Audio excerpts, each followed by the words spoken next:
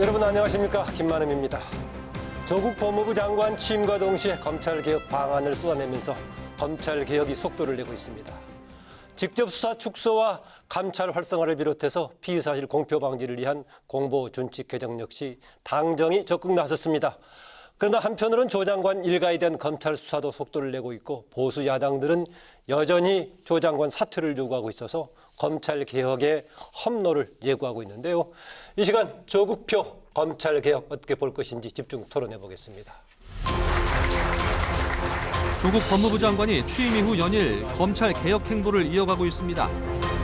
개혁 과제를 수행할 검찰개혁 추진 지원단을 발족한 데 이어 검찰에 대한 감찰권을 강화하고 직접 수사를 줄이는 한편 검찰 조직 문화 개선, 온라인 국민 제안 등을 적극 추진하고 있습니다.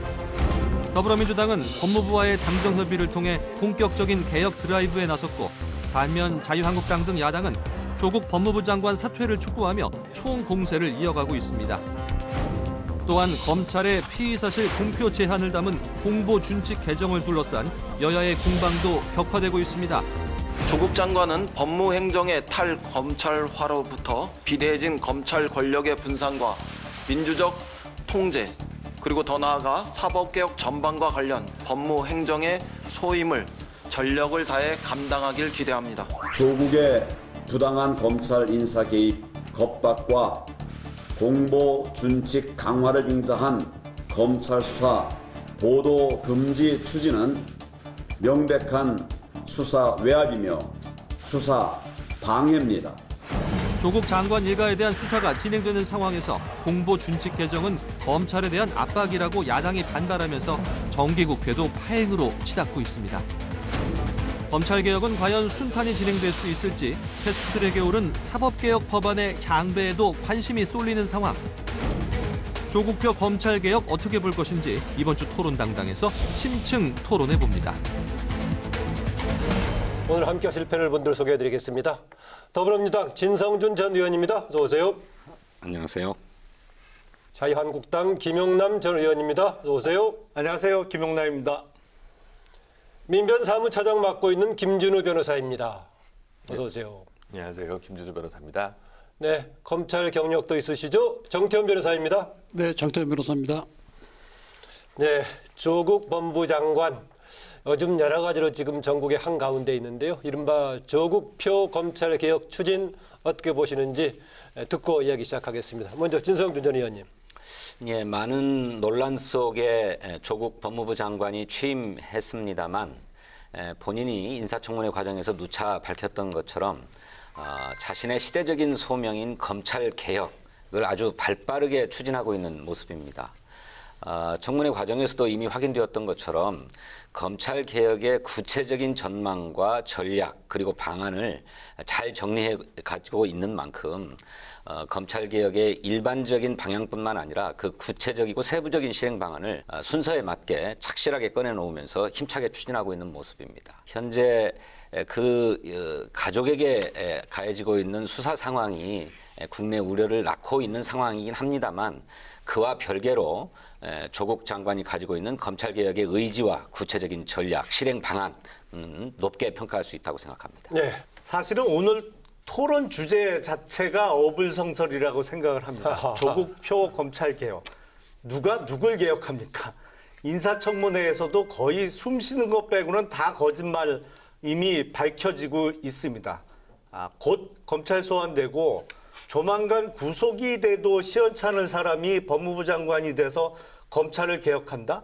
누가 누구를 단죄하고 개혁하기 위해서는 본인 개혁의 주체가 되는 사람 손이 깨끗해야 됩니다. 의사 선생님들이 마치 수술실 들어가기 전에 제일 먼저 손을 깨끗하게 소독하는 것처럼요. 저는 검사 생활도 해봤습니다만 이렇게 비리 혐의에 가까이 가 있고 여러 가지 혐의를 받고 있는 공직자를 단 한 번도 본 적이 없습니다. 조국표 검찰개혁 자체가 어불성설입니다. 네, 어불성설을 말씀하셨는데 그런 얘기 해주시면 됩니다. 네, 김준우 변호사. 검찰개혁과 관련해서 법무부 장관으로서 조국 장관이 해야 할 일은 속도와 방향에 있어서는 적정하다고 생각합니다. 다만 이제 조국 개인 장관 개인에 대한 혹은 가족에 관한 수사 문제는 국민들에게 별도의 판단을 받을 문제이기 때문에 논외로 하고요. 다만 한 가지 좀 첨언을 하자면 법무부 장관이라는 자리가 검찰 개혁만 하는 자리가 아니라 전반적인 법무 행정을 관장하는 자리입니다. 그래서 그 부분에 관한 정책적 처방과 진단 내용을 이제 좀 얘기할 때가 됐는데요. 대표적으로 전월세 상환제와 관련된 주택 임대차 보호법 문제라든지 아니면 최근 이제 헌법재판소 결정에 따른 낙태죄 폐지 이후의 대체 입법의 문제, 양심적 병역 거부에 관한 대체 복무 문제, 그리고 10년을 경과한 로스쿨 제도 및 변호사 시험 제도 개선에 관한 문제, 이런 법무 행정에 대한 부분도 이제 그 다음 스텝으로 조국 장관이 내놓을 때가 되었다, 그렇게 보고 있습니다. 네, 정태훈 변호사는요. 예, 조 장관의 사실 여론에 많은 반대도 불구하고 문재인 대통령께서 임명하실 때는 그만큼 검찰 개혁을 상당히 중요시해서 임명하신 걸로 보이는데 지금까지 나온 조 장관의 개혁 방향은 상당히 미흡하고 어떻게 보면 잘못된 것이 아닌가 그런 생각이 듭니다. 왜 그런가 하면 문재인 대통령께서 후보 시절에 뭐라고 말씀하셨는가 하면 검찰을 정권의 도구로 활용하지 않겠다. 독립성과 중립성을 끝까지 보장하겠다. 이렇게 말씀하셨거든요.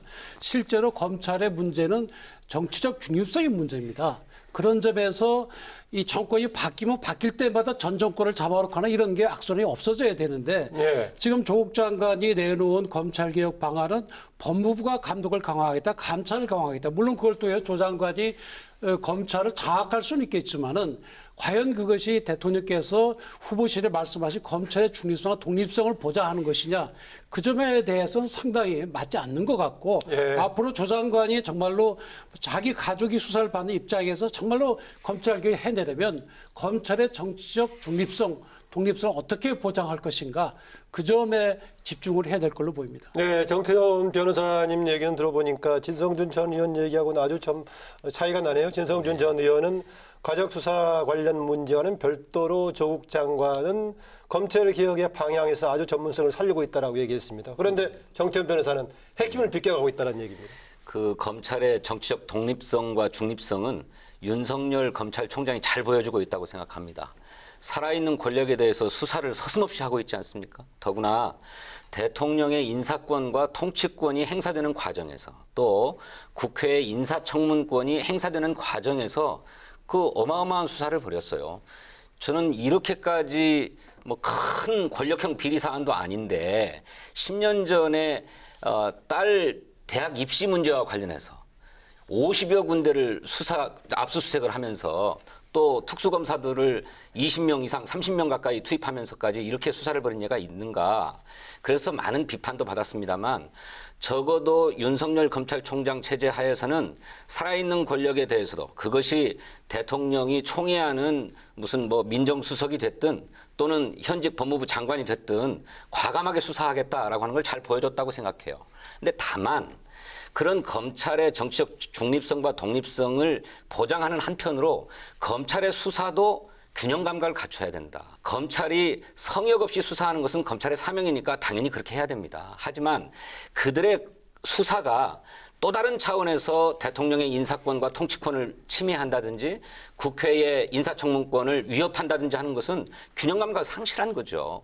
저는 이런 부분에서 검찰에 대한 문민 통제가 필요하고 또 검찰 자신의 비리와 부패 문제에 대해서도 엄격한 처방들이 필요한데 바로 그 지점을 조국 장관이 짚어가고 있는 것이다. 이렇게 생각합니다. 검찰 수사에 대해서는 사실 뭐 좀 민주적 통제가 필요한 건 맞습니다. 왜 그런가 하면 항상 정권 때보다 문제가 됐던 것은 지금 좀 살아있는 권력에 칼을 대는 것이 문제가 아니고 항상 정적, 말하자면 집권 세력의 반대편에 대한 탄압의 무기로 써여져 왔거든요. 그래서 항상 보면은 정치 검찰의 얘기가 나오는 것은 그 권력을 잡은 사람들을 위해서 일해왔기 때문에 그런 문제가 생긴 것 같아요. 근데 이번에 윤석열 총장의 경우는 아주 이례적인 케이스죠.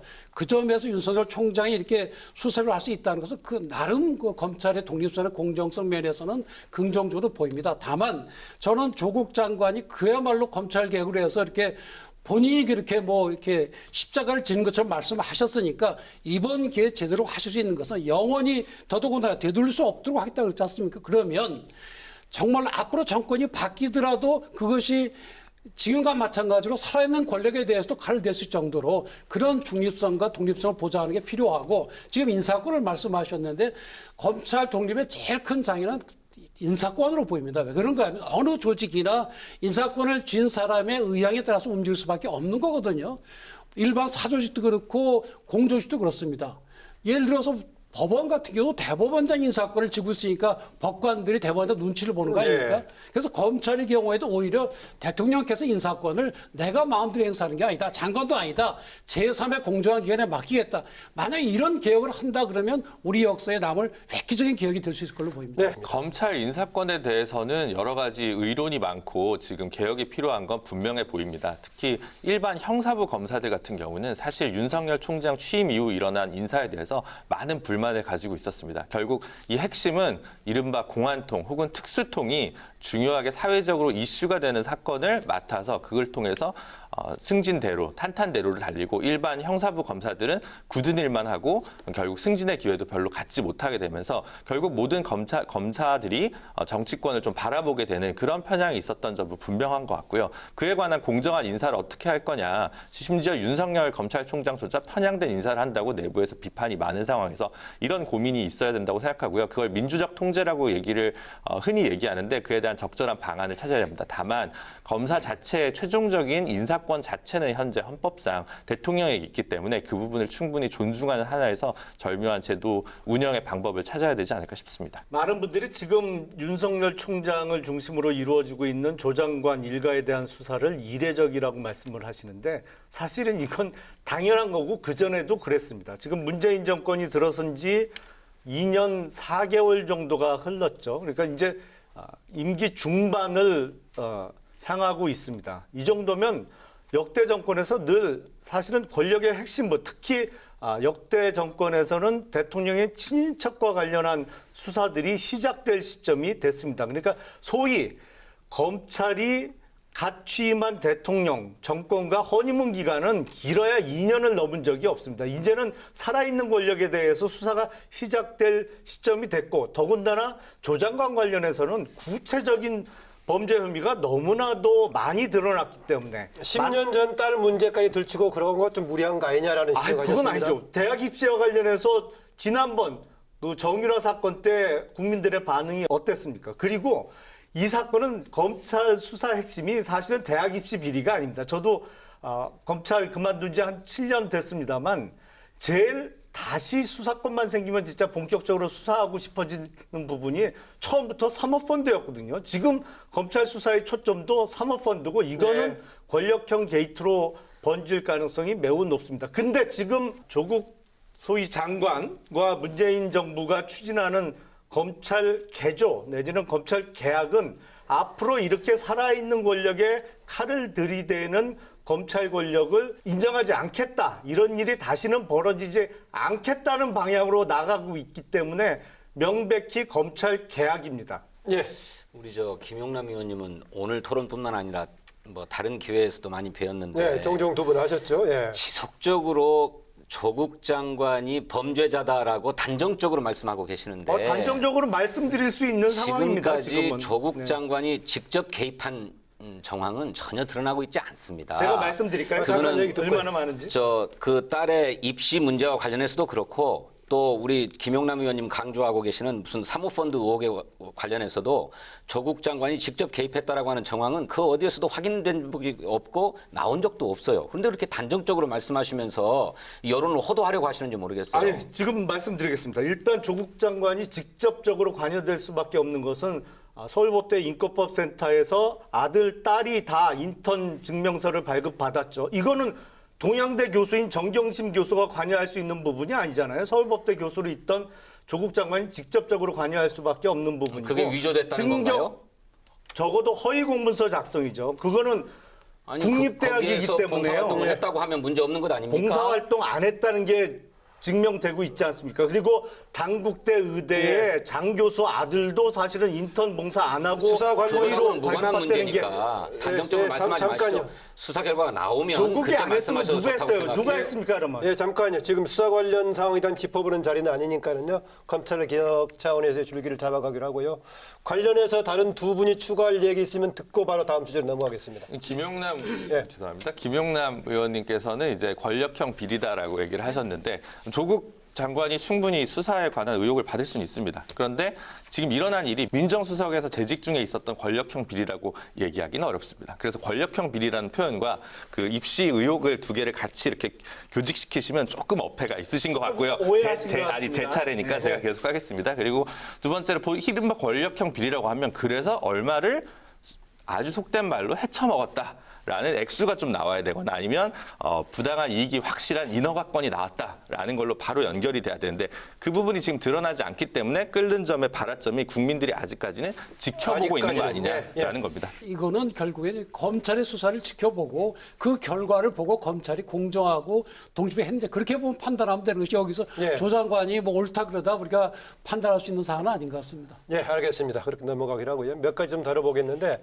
그중에 하나가 18일 날 이제 정부 여당 당장 협의해서 일단 공보준칙 관련 얘기입니다. 조국 가족 수사가 마무리된 후에 적용하자. 그때 이제 공식으로 이제 규정을 발표하겠다는 얘기를 했기 때문에 일단은 조금 상황이 더 달리긴 했습니다만은 어쨌든 간에 기존의 그 명칭이 인권보호를 위한 수사 공보 준칙에서 지금 형사사건 공개 금지 등에 관한 규정으로 바꾸는데 바뀌는 내용이 어떻게 되는 겁니까? 뭐 특별히 바뀌는 내용이 아직까지 완안이 아니기 때문에 정확하게 확인되는 것은 아닙니다. 내용도 그렇고 이렇게 규정의 수준이라든가 이런 게 있겠죠? 규정의 수준은 이제 이렇습니다. 기존의 이제 공보수사 준칙 같은 경우는 법무부 훈령인데요. 지금 이제 규정으로 바꾼다는 건 최소한 뭐 장관령 정도로는 이제 격상을 시키겠다는 의미입니다. 사실 이런 체계적인 정비는 좀 필요합니다. 왜냐하면 이게 피의사실 공표죄와 관련된 가이드라인을 법무부 내부적으로 둔 것인데. 굉장히 우스운 것이 이제 형법에 있는 구성 요건과 그리고 이제 그 해석에 따른 위법성 조각 사유를 네. 단순한 법무부 훈령으로 그동안 정리해왔다는 자체가 좀 법 체계상 맞지 않기 때문에 정비가 필요하다는 것에 대해서는 법률가분들도 모두 동의하시지 않을까 싶습니다. 네, 이 어떻습니까? 부분이 또 전형적인 내로남불 내지는 조로남불이죠. 그동안 피의사실 공표 사실상 사문화되다시피 했습니다. 불과 얼마 전까지 벌어졌던 지난 정권의 수사와 관련해서는 사실은 피의사실 공표가 하루에도 몇 번씩 했거든요. 그러니까 서울중앙지검 3차장 산하에서 기자간담회라는 형식으로 뭐 아직 밝혀지지도 않은 그중에는 꽤 사실과 다른 부분도 꽤 많았습니다. 그걸 이용해서 여론에 사실상 사회적 매장을 시킨 상태에서 수사를 진행하면서 구속하고 진행되어 왔는데 이게 갑자기 자신들이 수사를 받을 상황이 되니까 이제는 알리지 않겠다. 그리고 이거는 기소 이후에도 공개 범위가 아주 극히 제한돼요. 그러니까 기소된 죄명, 피고인 인적 사항 정도만 공개하겠다는 것인데 글쎄요. 이게 현직 법무부 장관에 대한 수사가 끝난 이후부터 시행하겠다. 이것도 사실은 블랙 코미디입니다. 어느 정상적인 국가에서 이런 나라가 어디 있어요? 현직 법무부 장관 수사 끝나면 시행한 옳고 그름의 문제가 아니잖아요. 이건 상황 자체가 지금 우스꽝스러운 상황이 된 거죠. 원칙적으로 보면 개정되면 개정 직후 시행하는 게 옳지요. 그런데 바로 야당이 그런 문제 제기를 하고 있기 때문에 조국 장관에게는 적용하지 않겠다라고 하는 방침을 정한 거죠. 저도 이번에 알았습니다만 피의사실 공표죄가 굉장히 무거운 죄더라고요. 뭐 징역 3년 이상 5년 이하의 중형에 처하도록 되어 있는 것이기 때문에 사문화되었다고 말씀하시지만 그거야말로 문제인 거죠. 사문화되면 안 되는 죄였습니다. 그런데 지난 10년 동안 피의사실 공표죄로 단 한 건도 기소된 적이 없대요. 왜냐하면 피의사실 공표죄의 피의자도 검사고 기소 주체도 검사기 때문에 단 한 번도 수사도 이루어진 적이 없고 또 기소도 이루어진 적이 없어요. 그래서 검사들이 형법상의 명문 규정을 사문화시켜 오고 있었던 것입니다. 그래서 지금은 또 내로남불이라고 말씀하시고 또 그런 측면이 없잖아 있습니다만 야당이 그렇게 피의사실이 막 공표될 때에는 이거 피의사실 공표죄다라고 강력하게 항의한 적이 있고 얼마 전에 자유한국당의 김성태 의원은 법원 앞에서 자신의 피의사실을 검찰이 막 흘리고 있다고 하면서 시위도 하지 않았습니까? 그러니까 차제에 이 피의사실 공표라고 하는 것이 헌법상의 무죄 추정의 원칙을 심각하게 훼손하는 것이고 또 피의자의 방어권을 심각하게 위협하는 것인 만큼 손질하자라고 하는 거는 여야가 이론이 없는 문제라고 저는 생각해요. 그렇게 심각한 문제면은 왜 민주당이 지난 10년 동안 피의사실 공표 문제가 생길 때마다 국민의 알 권리가 우선이다라고 하면서 언론이나 국민의 귀를 닫으면 안 된다.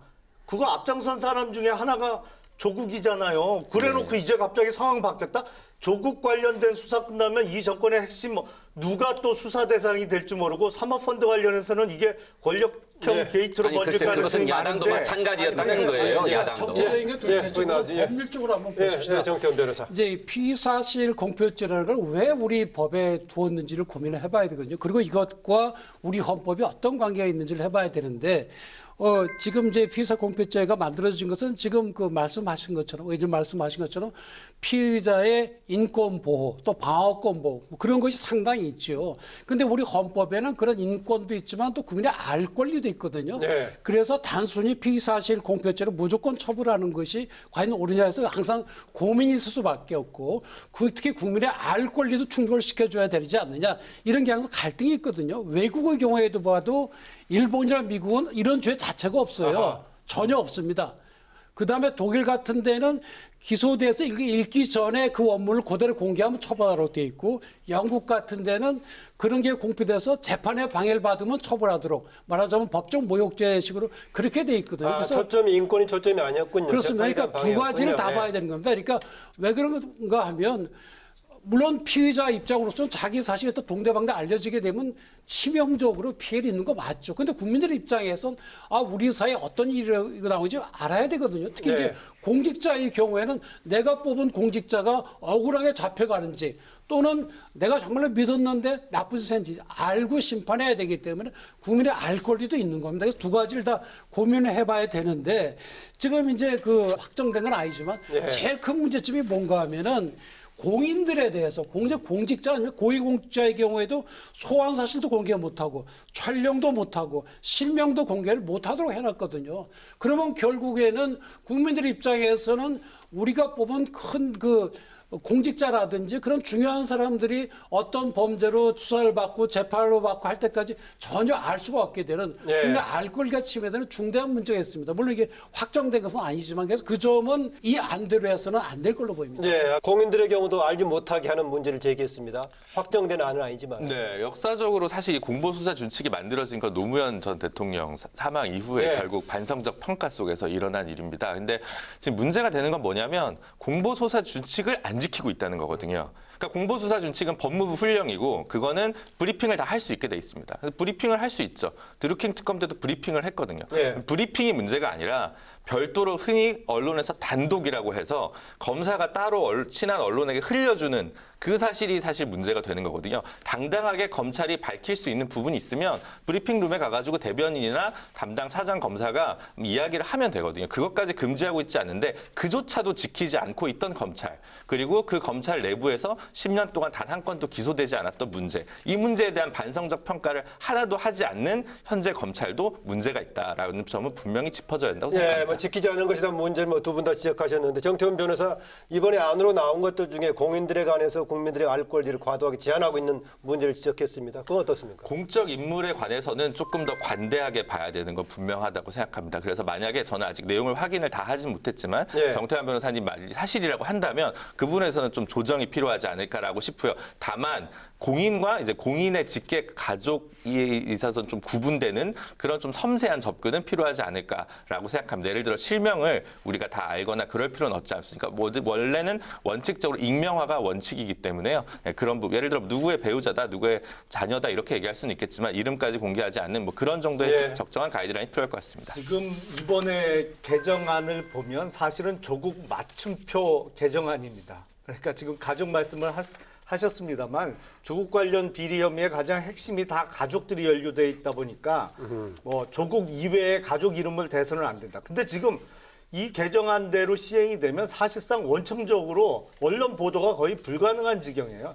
기소 전에는 일체 내용을 공개 못하도록 만들어놨습니다. 기소 이후에도 죄명, 피고인 인적 사항 정도만 공개하도록 돼 있어요. 근데 이게 공인의 문제뿐만 아니라 예를 들어서 지금 한간에 그 관심이 뜨거웠던 고유정 예. 사건 있잖아요. 예, 제주 살인 아주 사건, 엽기적인 사건인데 이것도 이 준칙에 의하면 사실은 기소 전 단계에는 아무것도 뭐 보도할 수 있는 내용이 없어요. 뭐가 누굴 죽였는지 그 사람이 어디 살던 사람인지 뭐 어떤 관계에 있던 사람을 죽였는지를 못하고 기소 이후에 밝힐 수 있는 정도는 고유정이 살인죄로 기소됐다는 내용밖에 없어요. 그러니까 이거는 글쎄 오비 일하기라기보다는 조국 장관 임명 이후에 거의 직권남용 수준이다. 지금 국민의 네. 알 권리를 그토록 강조하던 일부 세력들이 이제는 입장이 바뀌니까 뭐 국민의 귀와 눈을 다 막아버리고 어떻게든 그 권력형 게이트로 귀한 눈을 막아버리는 그렇죠. 수준이라고 보십니까? 왜냐하면 특히 잠깐만요. 이 살아있는 권력을 수사할 때는 이런 언론의 힘을 받고 더 이상 후퇴할 수 없는 방패막을 치는 효과가 있거든요. 예, 분명히 거기까지 언론을 하시고요. 예. 김용남 의원님이 이제 완전 정치인이 다 되신 것 같은데 예. 올 3월 달에 법무부가 발표한 그러니까 박상기 장관 시절에 발표한 업무 추진 계획에 따르면 그때 이미 피의사실 공표죄에 대해서 이렇게 그 규정을 개정해서 엄격하게 하겠다라고 하는 업무 계획이 발표됩니다. 조국 장관 때문에 나온 게 아니다. 그 그렇습니다. 얘기죠. 예. 그래서 이미 박상기 장관도 국회에 나와서 답변했던 것처럼 자기 재임 시절에 반드시 하고 싶어서 준비했으나 아까 말씀하신 대로 지금 조국 장관 문제가 나왔기 때문에 이걸 지금 추진하는 것은 좀 바람직하지 않다고 생각해서 유보했다 이렇게 얘기했어요. 그래서 현재의 그 시안이라고 하는 것조차도 조국 장관이 만든 게 아니다. 박상기 장관 때 만들어 놓은 거다 법무부가. 예, 그거를 지금 의견 수렴하는 과정에 있고 더구나 그런 문제 제기가 나오기 때문에 규정이 개정된다고 하더라도 그것을 조국 장관 수사에는 적용하지 않겠다라고 하지 않습니까? 그런데 자꾸 제가 조국 드리는 말씀은 감싸기라든지 수사 외압이라든지 이렇게 해석하시는 거는 그야말로 정치적인 공세에 불과하다는 거예요. 아니죠. 율사로서의 자세를 조금 회복해 아니죠. 주셨으면 좋겠어요. 조 장관 자체가 뭐라고 그랬어요? 기존의 율사에서 정치인으로 바뀌었다고 지금 얘기하시네요. 뭐 직업이 두 개입니다. 저는 예, 뭐 예. 그러니까 양쪽 측면이 다 있습니다만 시기적으로 매우 부적절한 건 그건 부정할 수 없는 점이 명백하고요. 그리고 금년 3월에 준비를 시작했기 때문에 이게 조국하고는 상관이 없다? 조국하고 상관이 없지 않고 이 정권하고는 분명히 상관이 있죠. 왜냐하면 입장이 바뀌었거든요. 지난 정권 수사할 때는 이런 문제적인 민주당이나 정부 쪽에서 한 명이라도 했습니까? 지난 정권은 기소 전에 피사실이 그대로 실시간으로 전해지고 더군다나 사실 확인이 안 된 게 부풀려서 예. 검찰발 기사로 나올 때 한 명이라도 문제 제기를 했어요. 입장 바뀌었다고 그렇게 갑자기 정책까지 확 바꾸시면 아니 안 돼요. 그래서 지난 정권 시절에 너무 그렇게 하면 안 된다라고 지금 야당이 계속 문제 제기를 했어요. 그런데 그때는 손도 대고 있지 않다가 이제 이 정권이 그건 이제 수술을 해보자라고 하는데 그것도 안 된다고 얘기하시는 이유는 또 뭡니까? 예, 김준우 변호사, 그다음 정태현 변호사 두 분 얘기 듣겠습니다. 예, 결국 이제 이 피의사실 공표를 우리가 왜 제한해야 되는가 하면 이게 대개 두 가지입니다. 우선 수사기관이 이게 국민의 알 권리를 빙자해서 슬슬 흘려요. 네, 그게 문제죠. 그런 케이스가 있고 또 한 가지는 이게 좀 자기들이 힘이 좀 딸릴 때는 흘려서 또 여론을 동력으로 해서 하는 경우가 있거든요. 이게 아주 피의사실 흘려서 악용해서 하는 아주 나쁜 케이스거든요. 그래서 그런 점에서 함부로 피의사실을 공표하지 못하도록 하는 그 필요성은 있으나 또 지금 말씀대로 국정농단 같은 사 국민이 알아야 되잖아요. 예. 근데 그거는 무조건 다 막아버리면 그건 자기들끼리만 알고 밀실해서 진행하겠다는 그건 안 되는 거죠. 그래서 고민하고 개정이 필요하면 개정해야 되는 것도 맞아요. 그렇긴 하지만 이게 뭐 갑자기 밀어붙일 건 아니죠. 그래서 현행 규정에도 그렇게 돼 있다고 합니다. 뭐 이를테면 범죄 피해가 급속하게 확산될 우려가 있을 경우에는 검찰이 직접 나서서 브리핑을 해라, 수사 발표를 해라라고 하는 거고 또 뭐 중대한 오보라든지 허위 보도가 나오면 그걸 바로잡는 브리핑이 필요하다. 이런 나름의 기준들이 있다고 해요. 저는 이런 기준들을 합리적으로 잘 살려서 만들 필요가 있다. 알겠습니다. 예. 양당이 이제 서로 내로남불이다라고 공격하는 거에 대해서 국민들이나 특히 젊은 세대는 상당히 피로감을 느낄 것 같습니다. 그래서 그럼 이제 하지 말자는 거냐, 이대로가 좋다는 거냐, 여기에 대한 답을 낼 수 있는 게 정치권이어야 되고 또 마찬가지로 너무 정치화돼 있다, 검찰이 이런 비판을 이제 검찰이 스스로 직면해 있다면 검찰이 좀 우일신하는 모습을 보여줘야 됩니다. 스스로 사문화시켰던 공보수사 준칙이라도 지금이라도 잘 지켜주는 모습을 보일 때 우리가 정말 외압으로부터 당당하고 독립적인 수사를 제대로 하고 있다. 이렇게 나갈 수 있는데 스스로 또 화를 자초하는 것 또한 검찰의 행태 또한 함께 좀 비판적으로 음미할 대목이 있지 않은가 싶습니다. 내용적인 측면으로 볼 때는 지금 마련되고 있었던 준칙을 앞으로 지키는 수준만 해도 훌륭합니다. 예. 사실은 지금 법무부에서 내놓은 이 개정안은 사실은 일절 공개를 못하게 막겠다는 것밖에 안 돼요. 알겠습니다. 그래서 이건 누가 봐도 정권의 지나친 욕심입니다. 아니 예. 그게 아니고 기소 전에는 수사 내용을 공개하지 말라는 거예요. 그건 지금도 마찬가지고요. 예. 근데 자꾸 안 된다고 뭐 그렇게만 말씀하시지 말라니까요. 네, 알겠습니다. 일단 조국 장관 그 후보 시절부터 수사 관련해 가지고 피사실 공표니 정치 행위니 이런 지적들이 있었습니다. 검찰에서는 검찰 쪽에서 흘러나간 게 아니다 등 여러 가지 얘기했는데 상당히 이것이 최근까지도 비슷한 양상이 진행이 되고 있는데 이건 제가 아무래도 정태원 변호사한테 물어보는 게 조금 더 객관적일 것 같습니다. 글쎄, 그건 제가 그 팩트 체크를 하나를 해봐야 되는데. 왜냐하면 여야 간에 공방이 있었으니까. 기본적으로 예를 들어서 그 공적 인물이라도 그 가족들의 경우에는 실명 공개 못하도록 돼 있거든요. 네. 그래서 만약에 검찰이 실명 공개했다 그러면 이 준칙을 위반한 게 되죠. 그다음에 소환 조사 같은 경우도 공적 인물의 경우에는 뭐 언제 소환한다 얘기를 하지만 공적 인물의 가족들의 경우에는 그렇게 공개해서는 안 되는 거죠. 그래서 이 준칙만 잘 지켜도 되는데 이 준칙이 충분한 건 아니에요. 이것도 안 지켜질 뿐만 아니라 이거 자체가 문제가 있어요. 고쳐야 되는 건 맞죠. 그런데 네. 이걸 이제 이 정치권에서는 서로 내로남불이라고 하니까 하여튼 그런 정치적인 생각을 벗어나서 이 헌법적인 차원에서 다시 한번 심하게 고민해서 어떻게 하면 이걸 잘 만들지. 예를 들어 이게 없어져 버리면 좋으냐. 또 그건 아니거든요. 네. 조국 장관 주변 관련 수사 관련해서 지금 뭐 이제 피사실 공표 논란이라는 얘기입니다. 글쎄 지금 뭐 검찰이 흘렸는지 안 흘렸는지 뭐 논란이 있습니다만 실제로 검찰이 아니면 알 수 없는 내용들도 막 나오잖아요. 검찰에서 누가 들어가가지고 어떻게 진술했다더라. 또 검찰이 압수수색한 PC에서 뭐가 나왔다더라.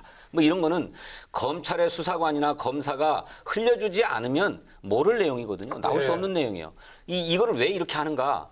그거는 검찰이 죽기 살기로 조국 장관을 낙마시켜야 지금 끌어내려야 검찰이 살게 생겼다라고 하는 것 때문에 검찰이 정치 게임 하고 있다. 그렇습니다. 국민에게 아까 우리 정 변호사님 말씀하셨던 것처럼 그렇게 수사 내용들을 흘려가지고 국민에게 여론을 형성하려고 하고 유죄의 예단을 갖게 하려고 하는 거죠. 저 이런 짓들을 막아야 된다고 생각하는데 이것 때문에 오랫동안 이 문제가 계속 제기되어 왔던 것 아닙니까? 사실은 사실과 다른 정치 공세를 민주당 쪽에서 하고 있는 거죠. 지금 언론에 밝혀졌던 그러니까 웰스 CNT의 최모 대표하고 조범동이 나눴던 통화 내역 같은 거는 그 최 대표가 언론에 공개한 거예요. 검찰에서 나온 게 아니에요.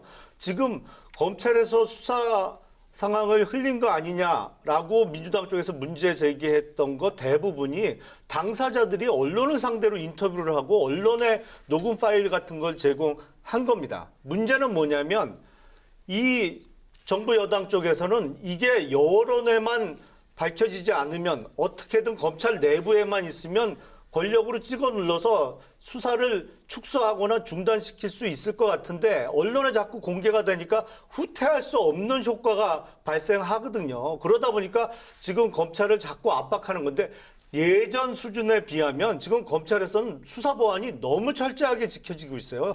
과거의 정유라 사건 때 또 지난 정권의 어떤 소위 적폐 수사라고 불렀던 수사 상황과 비교하면 언론사의 입장에서는 너무 검찰발 기사가 안 나와서 답답할 지경입니다. 그래서 기자들이 발로 뛰어서 하나둘씩 보도가 되는 상황이지. 근데 정부 여당에서는 뭐가 언론 기사만 나오면 검찰에서 수사기밀 흘린 거 아니냐. 조국을 두려워해서 이렇게 방해하고 있는 거 아니냐. 사실은 뒤집어 씌우고 있는 거죠. 보도되고 있잖아요. 검찰 관계자에 따르면 또는 확인됐다 이렇게 진술한 것으로 확인됐다. 이거 다 누구로부터 확인하는 것입니까? 자, 그럼 녹음 파일 검찰에서 흘렸어요? 그것만 얘기하지 마시고요. 이를테면 검찰이 압수수색했다고 하는 정경심 교수의 PC에서 나왔다고 하는 무슨 파일. 사진 파일 이런 거 어디서 나오는 겁니까? 그건 사무소 위조로 이미 기소가 됐기 때문에 공개할 수 있는 부분이라 그런 것조차도 이제서야 다, 나오는 겁니다. 그러면 이제서야. 정식으로 브리핑을 하라고요. 예. 그게 아니고 살짝 흘려서 예단을 형성하고 있는 거잖아요. 그것이 직접 정경심 교수가 그런 것들 사무소 위조를 했다라고 하는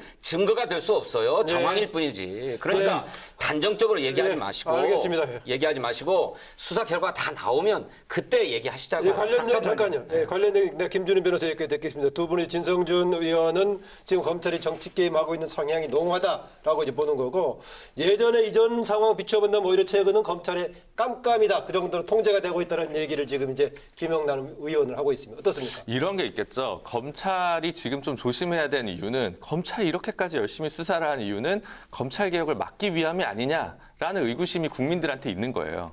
그럴 때일수록 김준일 변호사 어떻게 보십니까? 이거는 이 공보수사 준칙에 관한 해석이 서로 나뉘는 것처럼 굉장히 엇갈릴 때 해석이 불가피하다고 보는데요. 답을 네. 안 주시네. 김 변호사님 너무 신중하신 것 같아요. 법률가가 신중하라고 배웠습니다만. 알겠습니다. 네. 근데 검찰이 공표했는지 안 했는지요 너무 정치권에서도 이용하는 것 같아요. 예를 들어 네. 지난번 청문회 때 보면 박모 의원께서 나오셔서 휴대폰에 조 장관의 딸이 받은 표창 짝이 나오면서 보세요 이렇게 돌아다니고 있습니다 했잖아요. 근데 그 칼라고 그 검찰이 압수한 건 흑백이잖아요. 그러니까 그분이 뭐 죄송합니다만은 그야말로 정치적으로 이용하는 거죠. 이런 건 좀 없어야 될 것 같아요. 네, 알겠습니다. 지금 최근에 이제 검찰 개혁 관련해서 나오는 것 중에 하나가 감찰권 강화입니다. 기존에 이제 대검의 감찰권에다가 장관의 감찰권까지 신설하는 감찰권 강화, 이 방향은 동의하십니까, 김영남 전 의원? 사실은 이건 검찰청법의 정신의 정면으로 위배됩니다. 아하. 왜냐하면 법무부 장관이 일선 검사에게 또 직접 수사에 관여하지 못하도록 법무부 장관은 개별 사건에 대해서는 검찰총장만을 상대로 그것도 서면으로 지휘할 수 있게 만들어 놓은 것이거든요. 근데 지금 보면 감찰이라는 명목으로 법무부 장관이 직접 일선 검사에 대한 감찰을 강화할 수 있다면 그런 취지가 완전히 무색이 되죠. 그다음부터는 바른 방향이라면 법도 고칠 수 있는 거 아니겠습니까? 아니 방향 자체가 틀렸죠. 네. 왜냐하면 법무부 장관이 직접 일선 검사에게 안 그래도 인사권을 갖고 있는데 법무부 장관 세거든요. 뭐 누구보다도 세죠. 근데 직접 감찰권까지 강화를 해서 인사 시기가 아님에도 불구하고 수사에 영향을 주고 일선 검사를 겁박할 수 있는 상황을 만들겠다는 것이죠. 얼마 네. 전에 아니 그럼 조 장관이 도대체 검사의 잠깐만요. 비리 혐의는 누가 밝혀내는 겁니까? 그 대검의 감찰본부가 있지 않습니까? 대검에 그래서 감찰본부가 있는 아니 것이죠. 검찰총장 지시받아가지고 감찰하란 말씀입니까? 대검 감찰본부장을 그래서 외부 개방직으로 해서 현직 검사가 아닌 외부에 있던 사람이 주로 감찰본부장으로 왔던 네. 것입니다. 그래서 검찰에 대한 일반적 관리 감독 권한이 법무부 장관에게 있는 것 아닙니까? 네. 관리 감독을 뭘로 합니까? 인사권과 감사권 가지고 하는 거죠. 그런데 그 감사권이 사실상 유명무실하게 행사되어 왔잖아요. 인사권 하나만 가지고 있을 뿐이고. 그렇기 때문에 그 검찰에 대해서 문민 통제가 가해지고 있지 않다라고 하는 문제가 계속 제기되어 왔고, 그래서 법무부의 그 검찰에 대한 감찰권을 강화하겠다라고 하는 것들이 제기되는 거죠. 가장 근본적인 문제는요. 누가 누굴 통제해요. 지금 당장 수사받고 구속돼야 될 사람이 누굴 아니 감찰하고 지금 누굴 조국 장관만을 통제하겠다는 가지고서 거예요. 얘기하는 게 아니라 최근 검찰 제도를 얘기하고 있는 것 아닙니까? 것은 아니고요. 아니, 근데요, 네, 근데 정태훈 변호사. 검찰 개혁의 차원에서 본다면 네. 그동안에 그러면 검찰이 법무부 장관의 말을 안 들어서 문제가 생긴 적이 있었나? 저는 굉장히 의심이 드는데 아마 전에 뭐 지휘권 행사한 적이 있었습니다만. 아니 그 딱 한 번 있었고 검찰이 장관의 말을 안 듣고 장관의 감찰권 행사 안 돼서 문제가 생겼던 건 없었던 걸로 기억이 행사할 나거든요. 정도로 문제가 생긴 실제 적이 뭐 없었다. 지금 말씀대로 법무부 장관이 검사에 대해서 일반적으로 지휘 감독하는 건 맞죠. 권한에 정해져 있는데 지금 새삼스럽게 지금 그 나오는 얘기 보면 취임사에서도 검찰에 대한 법무부의 감독 기능의 실질화 방안을 연구한다 이렇게 돼 있고 감찰권을 이제 행사한다 그랬는데 그건 기왕에 있는 거거든요. 네. 근데 만약에 검찰이 장관의 말을 안 들어서 문제를 일으켰으면 이렇게 하는 게 맞는데 그런 경우 그거 없었던 걸로 아니 보이고요. 아주 많았어요, 변호사님. 아니 장관 말을 안 듣는 게 많았어요. 뭐 장관도 아니, 한통속이었으니까 그동안에는 그러니까요. 지금 다 말씀- 검사 출신 장관들이 아니, 와가지고 그러니까 그 말씀을 드리는 거예요. 장관하고 한통속이었잖아요, 그죠? 네네. 그러니까 장관이 감찰권이나 감독권 행사할 문제가 없었고 오히려 그 말씀에 그 장관이 대통령의 신복이니까 정치적으로 좌지우지되는 그게 문제였거든요. 네네, 그래서 그래서. 조국 장관이 검찰 개혁을 한다면 어떤 장관이 오더라도 그렇게 좌지우지되지 않는 그런 시스템을 만들어야 되는 것이지 장관이 검찰을 조지고 장악하겠다는 건 검찰 개혁은 아니 아닌 그걸 것 같아요. 장악하겠다는 게 아니고 다른 방식의 감찰은 필요하다는 얘기입니다. 아, 예, 그렇습니다. 그러니까 지금까지 아까도 말씀하셨던 것처럼 검찰과 법무부가 한 통속이었어요. 법무부도 거의 대부분은 다 검사들이 주요 보직을 차지하고 있어가지고 사실상 법무부가 아니라 검찰부라고 해도 과언이 아닐 정도였다고요. 법무부의 탈검찰화도 중요한 검찰개혁 과제 중에 하나죠. 그래서 그동안에 그렇게 한통속이었기 때문에 검사가 무슨 잘못을 저질러도 뭔 스폰서를 받아도 무엇을 해도 한 번도 처벌받거나 징계받은 예가 거의 없어요. 아까 우리 피의사실 공표죄 얘기도 나왔습니다만 피의사실 공표죄가 굉장히 중대한 범죄임에도 불구하고 그 피의자와 수사 주체가 다 검사로 통일하기 때문에 한 번도 기소된 적이 없다는 것 아닙니까?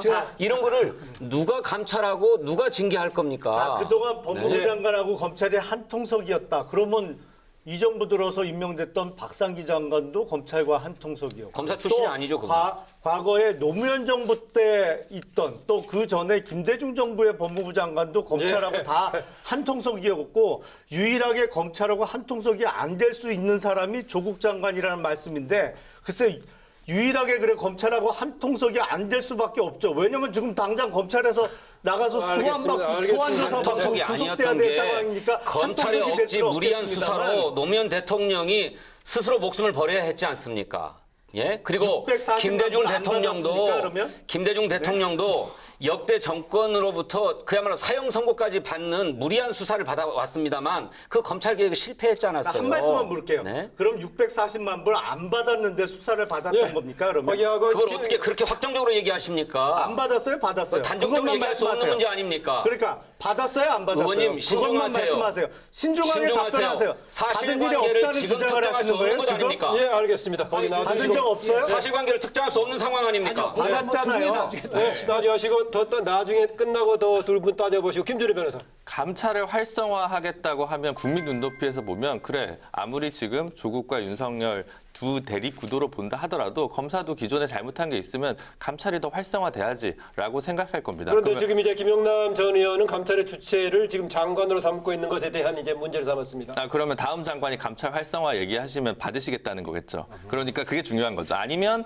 시청자분들께서 국민들께서 보기 계신 김용남 의원님께서 친정이신 검찰에 너무 관대한 입장 아니냐 이렇게 생각하실 우려가 있으니까 그러니까 오해가 나게 말씀을 안 하시려면 감찰이 활성화돼야 된다는 기본 취지 그리고 감찰본부장의 개방직이었지만 많은 분들이 검찰 출신이었던 역사 이런 것들을 감안해서 보다 검찰 출신이 아니었던 적정하고 신망 있는 부분이 감찰본부장으로 임명되는 것부터 첫 스텝을 밟아가는 게 그분의 임기는 조국 장관과 명운을 같이 하는 게 아니기 때문에 그런 거야말로 국민이 바라는 검찰개혁 아니겠냐. 그래서 코드 인사 논란이 없는 그러나 기존 검찰 출신도 아닌 분으로 감찰본부장을 잘 선임했으면 좋겠다. 이런 거에 좀 생산적이고 건설적인 토론이 아닐까 싶습니다. 그러니까 감찰 기능을 강화하는 걸 뭐 반대하는 사람이 누가 있겠어요? 반대하시잖아요. 아니, 김용남 반대하는 게 아니고 그러니까 오해가 되게 아니 지금 말씀은 뭔가 하면 법무부 장관은 기본적으로 정치인입니다.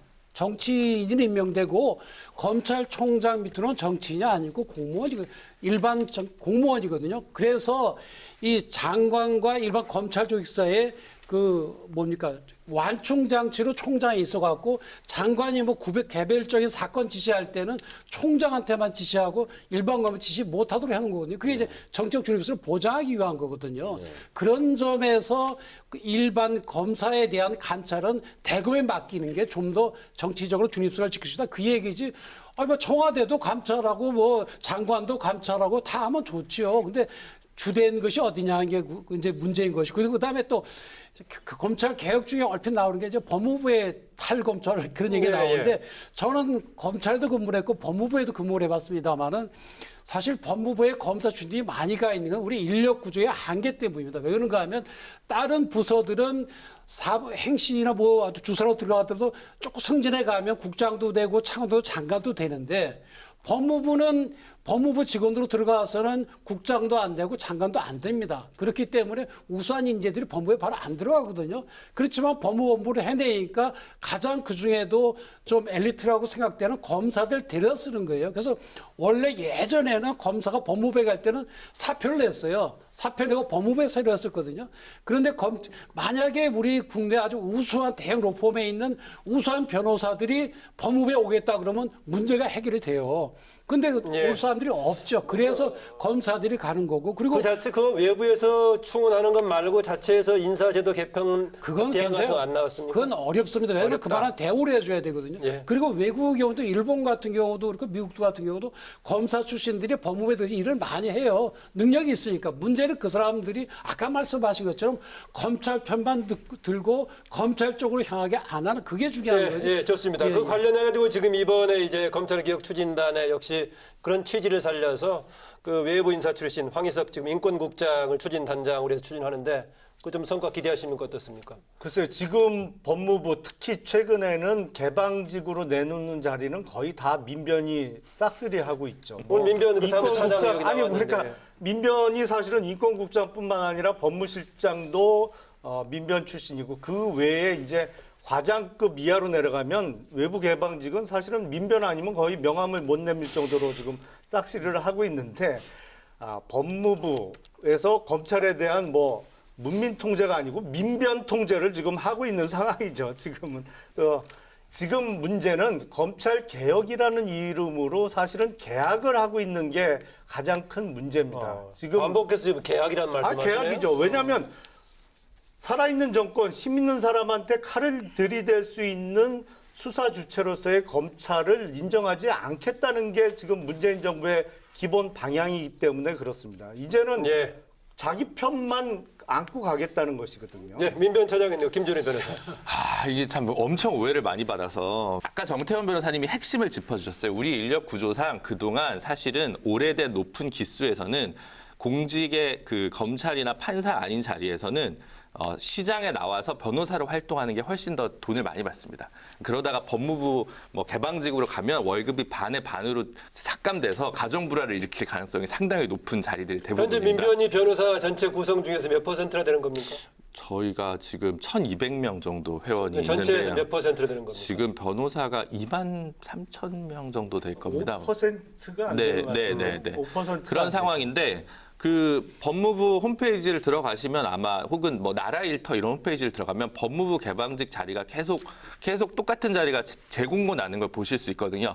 법무부 과장에 준하는 기수에 해당하는 분들이 가면 좋은데 그 자리가 그 높은 기수에서는 그 자신의 시장 수입과 맞지 않거든요.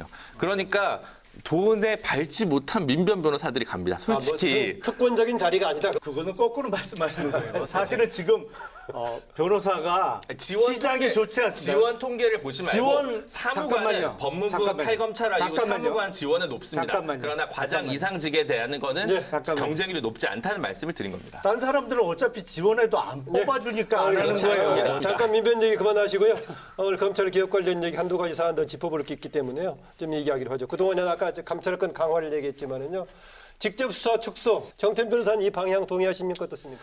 직접 수사를 축소는 필요는 한데 이거는 좀 잘 그 한계를 잘 꾸려야 됩니다. 왜 그런가 하면 저는 형사부 검사도 해보고 특수부 검사도 해봤는데 형사부 검사 죽습니다. 뭐 쏟아져 오는 송치 사건들 경찰서 오는 사건 처리하느라고 딴 거 생각할 여유도 없거든요. 근데 특수부는 사건을 한 건도 안 받고 자기가 사건을 찾아내는 거예요.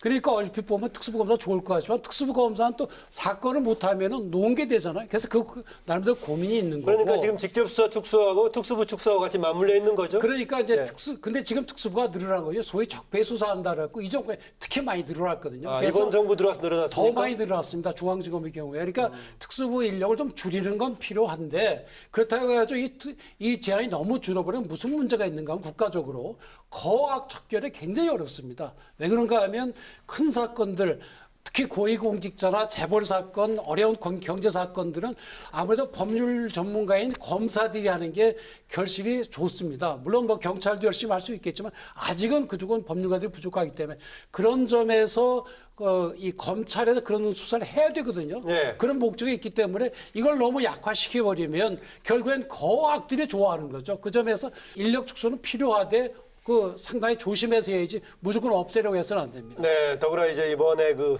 인사청문회 과정에서 금태섭 의원 이 부분을 강조하면서 주목을 받게 됐었는데요.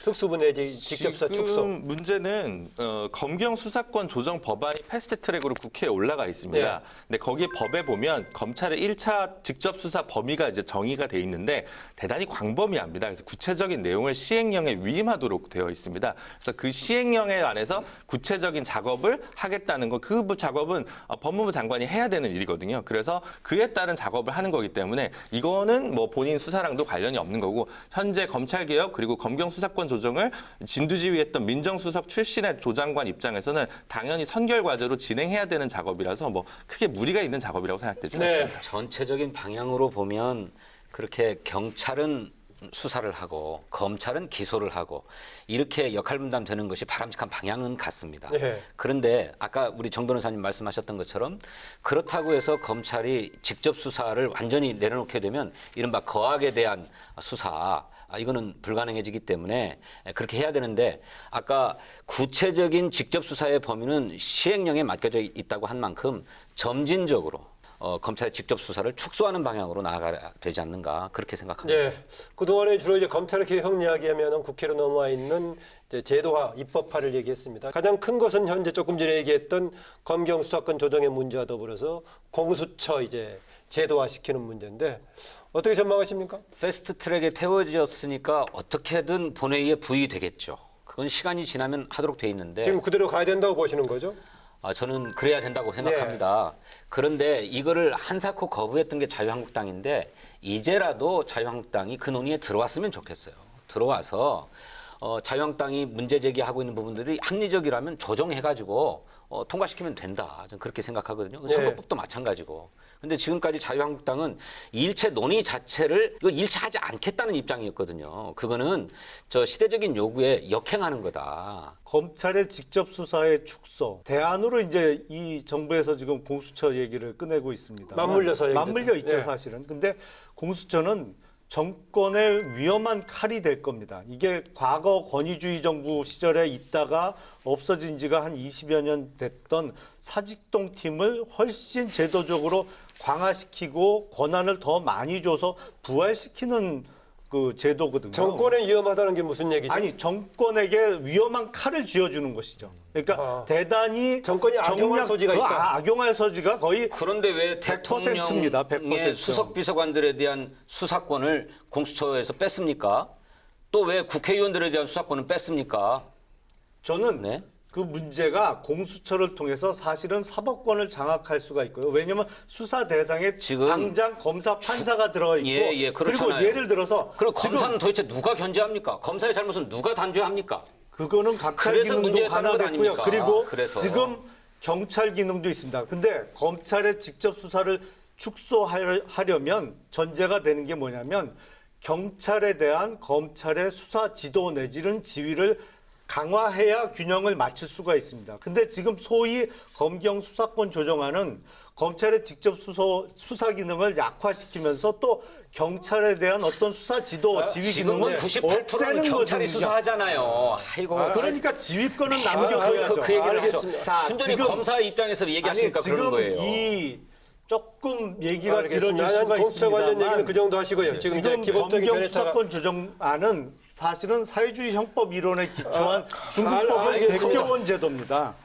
중국법을 한번 보세요. 그 정치 공세하고 계시고. 네, 중국 김영남 형사소송법을 의원은 기본적으로 지금 한번 안 보세요. 자체에 대해서 문제를 지적하고 있고요. 예. 자유한국당 의원님들께서 공수처랑 그 검경 수사권 조정을 초지일관하게 반대하실 건 사실 저희가 볼 때는 좀 상수에 가깝습니다.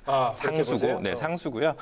선거제도 개혁 패스트트랙 안이 원안 그대로 통과될 가능성도 0입니다. 과반수 이상의 득표를 의회 본회의에서 해야 되는데 현재 225대 75의 구성으로는 민주당 외에 정의당까지는 괜찮겠습니다만 대한정치연대나 바른미래당 그리고 민주평화당 의원님들의 광범위한 동의를 받긴 어려워서 해서 그대로 본회의에 원안 그대로 부의돼서는 사실은 좀 통과하기가 순서는 어렵습니다. 진행되기지만 본회의에서 동의가 쉽지 않다. 그렇기 때문에 수정안이 기필코 당연히 나올 것이다. 11월까지 정치 선거제도 개혁안에. 그리고 선거제도 개혁안에 적정한 수정안이 나오는 수준에 맞춰서 3당, 4당, 5당에 있는 정당들이 어느 정도 동의를 하면 그에 따라서 공수처까지는 가능할 거라고 봅니다.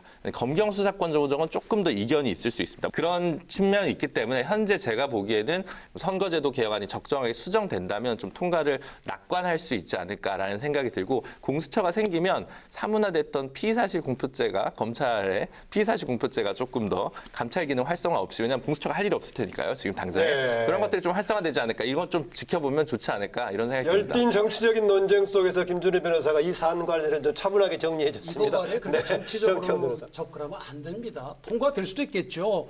뭐 서로 구호삼고 뭐 죄송합니다. 두 분 정치인이 있지만은 국민들 입장에서 믿을 수가 없어. 이분들 정치적인 정략에 따라서 뭐 요거 자르고 저거 놓고 해서 통과될 수가 있는데, 그렇게 되면 큰일 납니다. 나라 망합니다.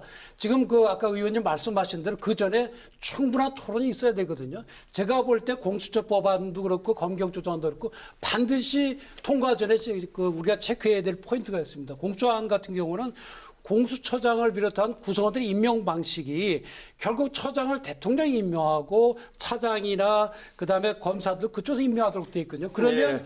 대통령의 영향으로 또 어떻게 정치적 중립을 확보하냐, 그게 문제고요. 또 한 가지는 검경 수사권 조정이 되면 앞으로 공수처에 할 일은 검사보다는 경찰에 대주로 해야 될 일이 있을 수도 있어요. 예. 그럼 그것도 고쳐야 되고, 또 공수처가 수사권 말고 기소권을 더 가지는 것이 옳은지에 대해서 우리가 헌법적인 고민을 해봐야 돼요. 근데 그런 게 없고, 그다음에 또 수사권 조정의 경우에는 사실 경찰에 많은 권한이 가는 거기 때문에 경찰의 인권 침해를 우리가 어떻게 막을 것이냐, 그 고민을 해야 되거든요. 예. 이런 건데 이거에 대한 고민들을 안 하고 있어요. 그냥 검찰, 경찰 누구 편이 세냐 이렇게 해서는 네. 안 됩니다.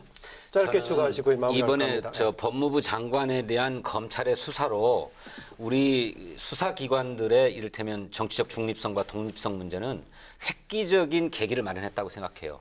이것이 다시 후퇴할 수는 없다.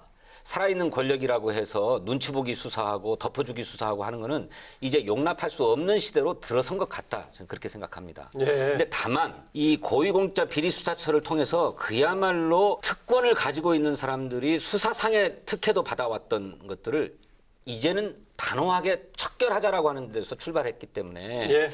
오히려 청와대와 대통령은 야당이 주장하고 야당이 발의해야 될 법을 왜 한사코 반대하는지 모르겠다.